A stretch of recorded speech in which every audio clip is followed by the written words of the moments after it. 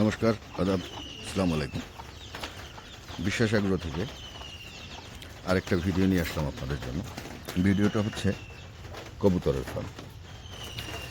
আমি কবুতর এর আগে কখনো পুষি নেই, আর ফার্মে আমার অন্যান্য জিনিস যেগুলি আছে এর সাথে এদেরকে অ্যাড করেছি। তো যখন আমি এটা করি, তো আমার মনে হয়েছে যে ওরা বাইরে থাকতে পারে, তো ওদের জন্য আমি বাইরে ঘর করছিলাম।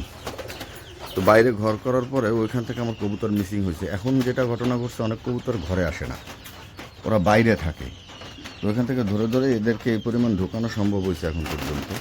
বাইরে এখনও বেশ কয়েকজন আছে, তাদেরকে এখনও ধরতে পারছি না। তো এরা যখন এই ঘরটা চিনে যাবে তখন হয়তো আর ঝামেলা হবে না। প্রথম দিকে আমার এই ঝামেলাটা করছে।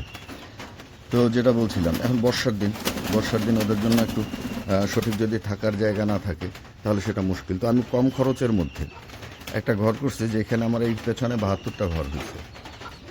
72টা ঘর হয়েছে। আমি চাইলে এখানে আরও 30টা ঘর করতে পারবো, আবার চাইলে আমি এখানে আরও 50টা ঘর করতে পারবো।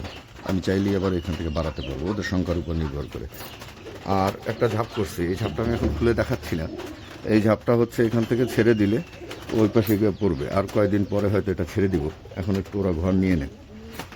কম খরচের মধ্যে যদি করতে চান তাহলে এইভাবে করতে পারেন, যে তাতে ওরা সেফটিও থাকলো, একটা ঘরের মধ্যে থাকলো, আবার ওদের জন্য পর্যাপ্ত ঘর থাকলো। যখন যেভাবে ঘর ওরা ব্যবহার কারণ এক দুটা পাখির অনেকগুলি জায়গা লাগে। আমি তো দেখলাম যে, কারণ ওরা এখন এক জায়গায় থাকছে, এখানে একটা বাচ্চা হয়ে গেলে আর ওই ঘরটা থাকছে না, আবার অন্য ঘরে চলে যাচ্ছে। তো এরকম তখন আবার ওর ঘর দরকার হয়, সেজন্য আর কি এইভাবে আমি দেশি কবুতর দিয়ে শুরু করেছি। তার মধ্যে কিছু আছে ভিন্ন ভিন্ন জাতের, চিলা আছে, লোটন আছে, তারপরে এই আছে কিছু আছে। তো আস্তে আস্তে হয়তো সামনের দিকে আগাবো। দোয়া করবেন আমার জন্য। আমি এই কবুতরটা শুরু করছি এই প্রথম, এর আগে আমার এর সম্পর্কে তেমন কোনো অভিজ্ঞতা ছিল না। দোয়া করবেন, সাথে থাকবেন। ধন্যবাদ সবাইকে যারা ভিডিওটি দেখলেন।